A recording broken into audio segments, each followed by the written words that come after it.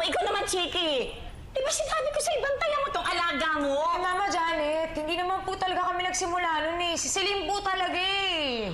At saka, hindi niya po kasi matanggap na natalo siya ni Mokang eh. Diyos ko talaga kayo mga babae. Di ba sinabi ko sa inyo, this is a healthy competition. Bakit kayo nagrambulan doon sa dressing room? Naku, hindi ko maintindihan kung anong gagawin ko sa inyo eh. Yan mo, kakausapin ko yung Silina yan.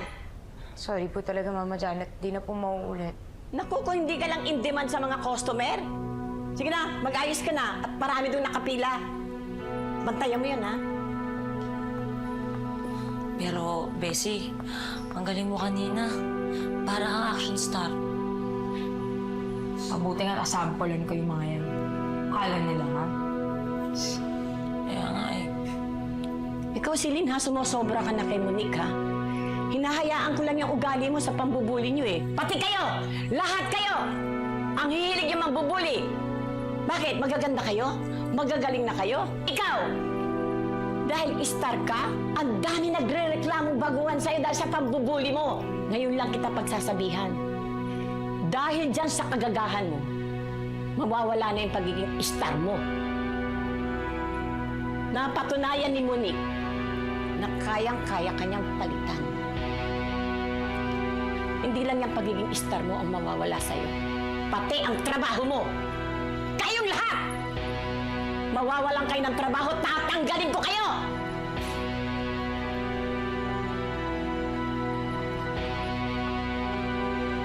Kailangan makahanap tayo ng paraan para matanggal yung Monique na yan dito sa bar. Hindi ako papayag na siya yung dahilan kung bakit nawalan ako ng trabaho.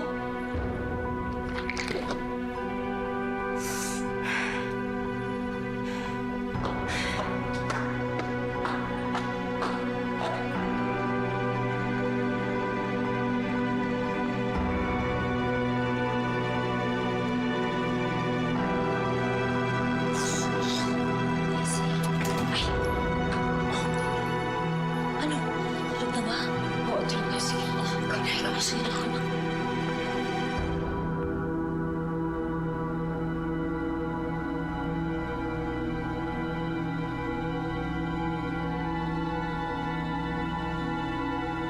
Sabi ko na.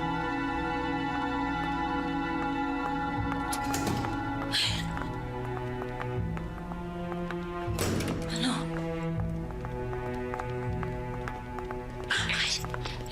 Hindi ko kung nasaan na ba yun?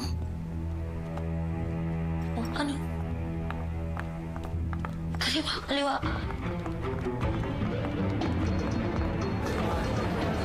Soya, kamusta ka naman?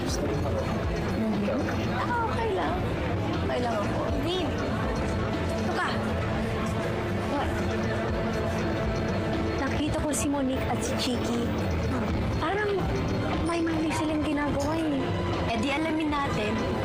Baka yan ay sagot para mapatalsik natin si Monique dito. Oo nga.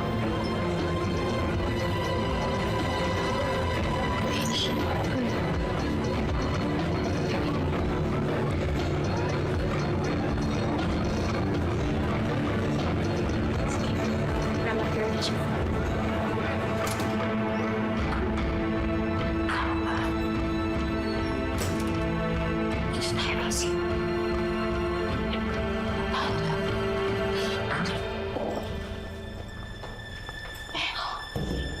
Bilangin ko lang, ha? Oh, Bessie, naka-50K tayo. Eh, Bessie, teka, hindi mo masyadong maliit yun. Eh, siyempre, mag-iipon ka pa. Eh, dito mabilis yung pera eh. Andito ka lang naman para mag-ipon, di ba? Oo nga. Sige, sige. Eh, sakto. Ilang araw na lang. Makakabuo ka na ng pang-operasyon ng tatay mo. Di ba? Sige. May importante. Tago ko na to. Oo, tago mo na. Oh, ano? Okay ka na? Okay na. Okay na.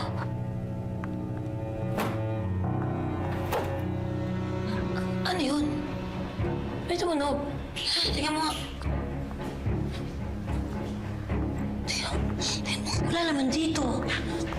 Oh, halika na.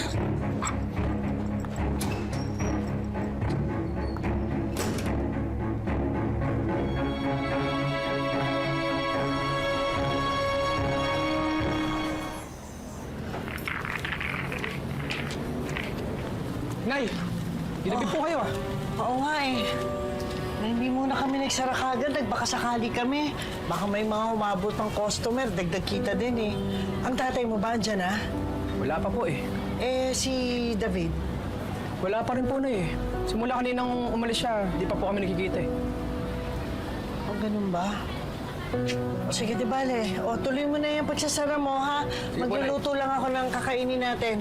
Sige po, Nay. Sumunod ka na rin sa taas, Tino, ha? Apo, Nay!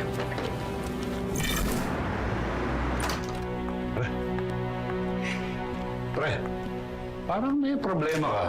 Naninibago ka ba? Kailangan mo ba ng tulong dyan? Hindi na. Salamat.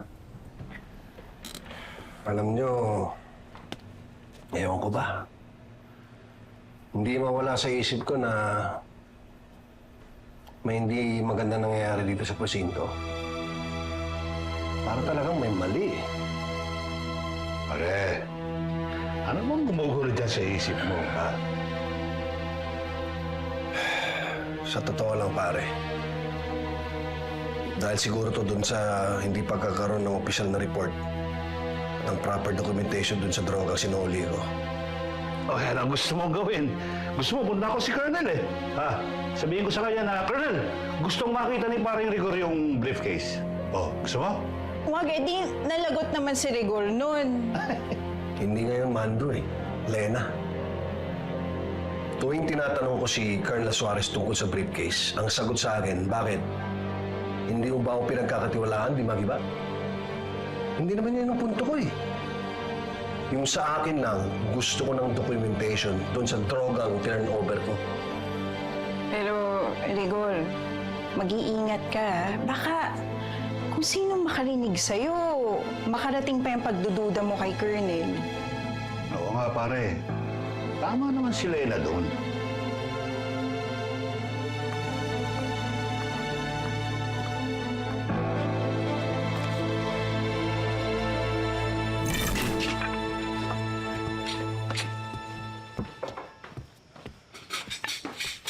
Sige na, ako na.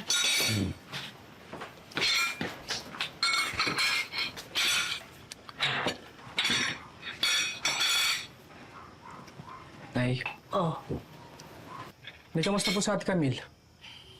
ngayon, pininom ng pampakapit ng bata ng doktor. Tapos, sabi sa amin, kailangan niya pang doon muna siya para makapagpahinga. Pero okay naman. Eh, Nay, sorry po talaga ah. Kasi po dahil sa amin dalawa ni Kuya David, na hospital po si Ate Camille eh. Napag-asos patuloy kayo. Kaya alam ko naman pong kargaling lang natin sa malaking gastos eh.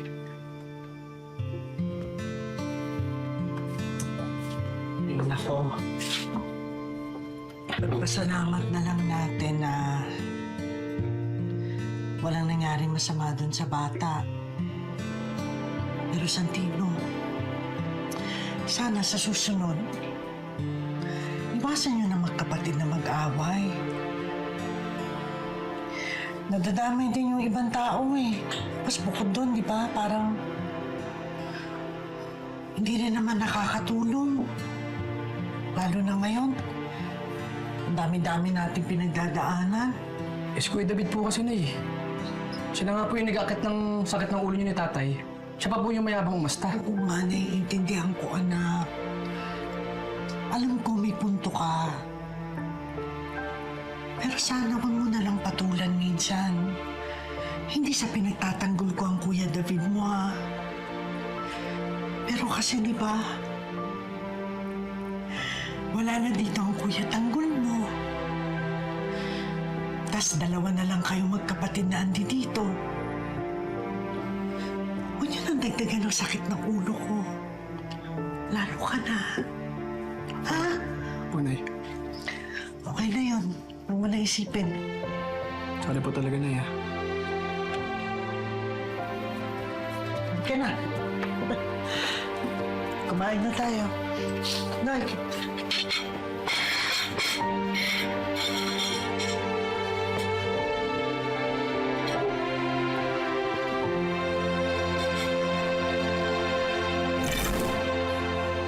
Colonel Suarez, utusan mo mga tauhan mo na hanapin si Supremo Medina, leader ng sindikato ng carnapping.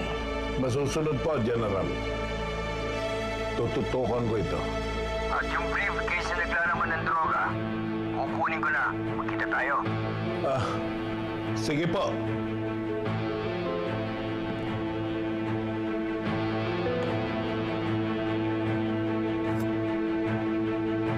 Palilitin ko mundo mo, Primo. Sisiguraduhin kong sa susunod na mag-cruise ang ating landas, ay mapapatay na kita. Pare, di ka pa ba uuwi? Maya-maya na ako, pare. Tututukan ko lang to.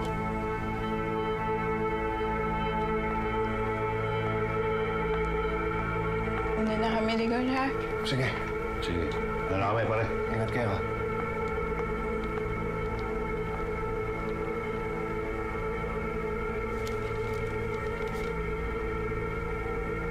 Malaking sindikato yung nagkaka-interest yan. Kaya nga, sir, gusto ko kaagad na isuko sa inyo to. Alam mo, dito, mas mabibigyan niya ng proteksyon. Hindi po ba may sinusunod tayong SOP para sa turnover ng ganitong klaseng droga? Lalo na kung ganito kalaki. Di ba dapat, sir, may documentation to? Wala na tayong panahon sa mga bagay niyan. Huwag ka na mag-alala. Ang mahalaga, ma-secure yan dito.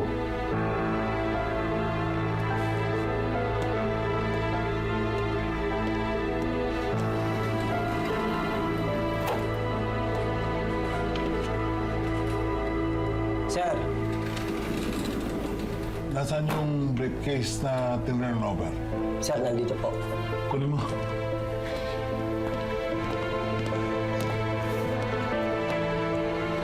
Opo.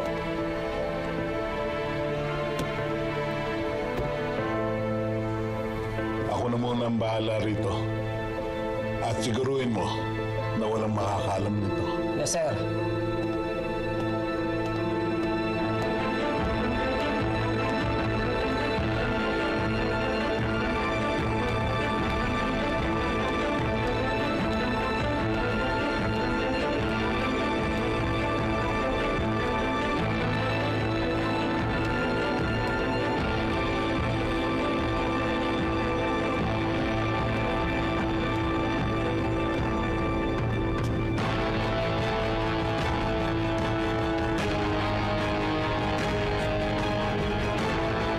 Uy, Dimagi ba? Oh, Garas. Oh, welcome back. Balita ko, nagpakain ka rin kanina eh. Kaso, hindi ko naman naabutan. Salamat, pare. Alam mo naman sila ng 12. Parang mas excited pa sa akin makabalik ako sa serbisyo. Kaya lang, naubos na, pare. Saan ka ba kasi galing? May ginawa lang ako. Oo nga medyo matagal-tagal ka rin nawala eh. Pero ang importante, nakabalik ka sa serbisyo. Tama. O, paano? Alis na ako. Tapos na yung duty ko eh. Ingat. Sige, pare, ingat.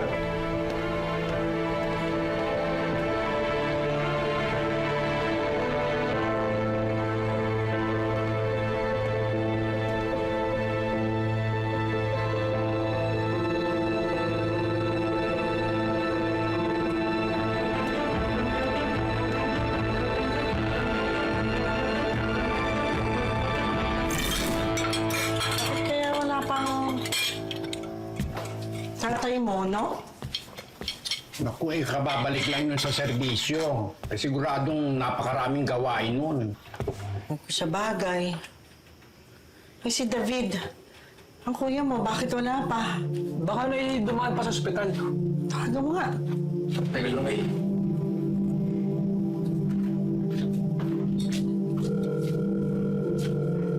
Ay, nagre-ring lang po eh. Malamang hindi ka sasagutin yan, inaway mo eh. Noy? Sige na, tawagan mo pa ulit.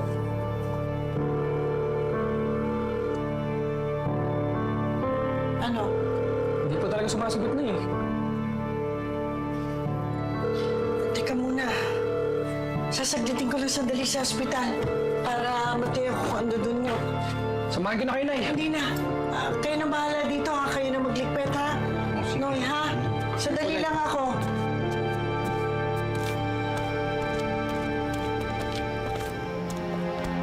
Oh, saan ka pupunta? Sa ospital wala pa kasi si David hanggang ngayon Lumito ka na lang. Gabi na. Kapag mamaya-maya wala pa siya, ako na pupunta sa ospital. Sige, mabuti pa nga. Kumain ka na ba? Kumain ako sa presinto.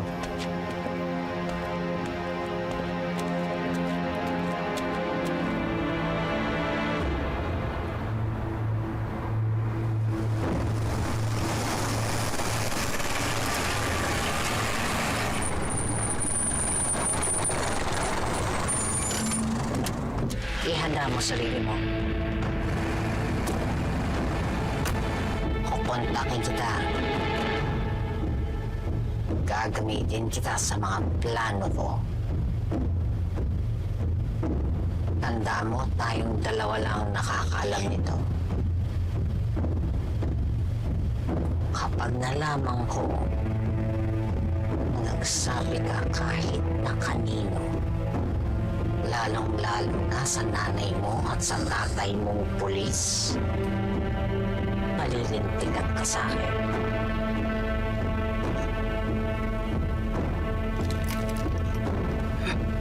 Hindi na tayo magkaibigan. Nagkakaintindihan na tayo. Nagkakaintindihan ba tayo?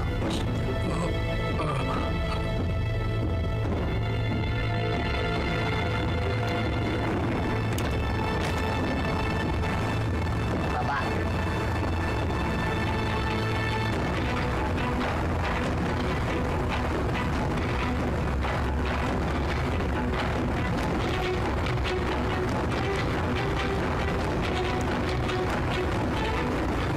Madam, tingin niyo ba sasakay sa laro niyo yung batang yun?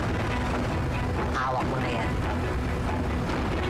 Pareho kaming galit ni Tanggol.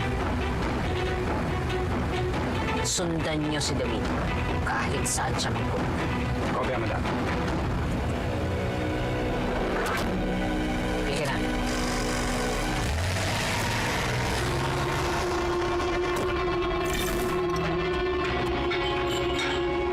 Tay!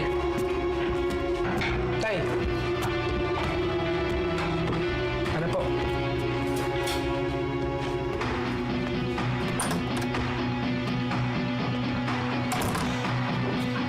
Tawagan mo nga ulit ang kuya mo. Akin na.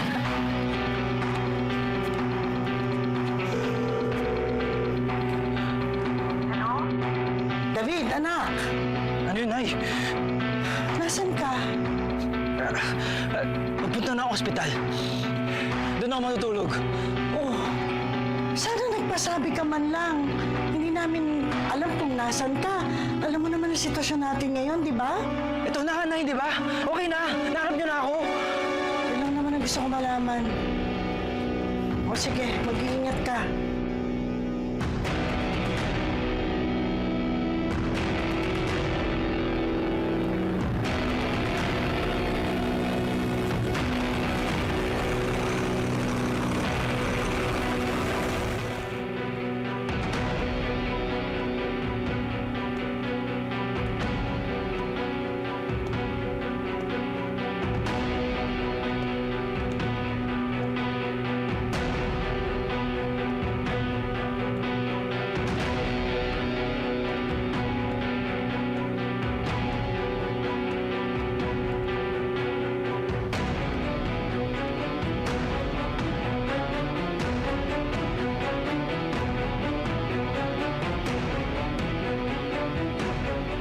Ngayong maliwanag na sa akin, Tanggol. Hindi ka totoong anak ni tatay. Simulat sa pool, sinira mo na ang pamilya namin. At hindi ka nararapat sa karangyaan na naghihintay sa'yo. Sisiguraduhin ko ako ang makikinabang bilang kabayaran sa lahat ng kasalanan mo.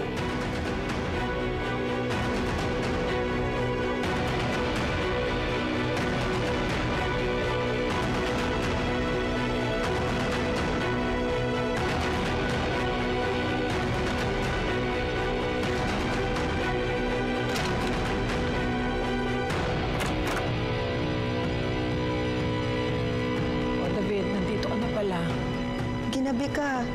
Saan ka pumunta? Pumunta ka ba sa bahay? Oo. Pero di raw siya tutulong. Dapat kasi hindi ka na pumunta sa bahay. Nakaroon na akong trabaho. Kaya simula ngayon, ako na bahala sa anak ko.